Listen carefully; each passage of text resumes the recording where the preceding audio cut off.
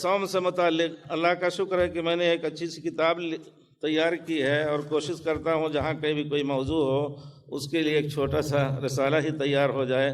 تو آپ جانتے ہیں روزہ نام ہے کھانے پینے اور دن میں کھانے پینے اور ہم بستری بیوی کے ساتھ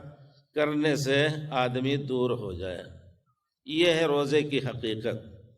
اس کے بعد پھر اور کچھ ایسی چیزیں ہیں جس سے روزے کے شروط اور دوسرے احکام ملتے ہیں۔ گویا انسان جو ہمیشہ ہر وقت کھاتا پیتا رہتا ہے، کبھی نہیں روزہ رکھتا، لیکن رمضان بھر اگر کھا پی کر کے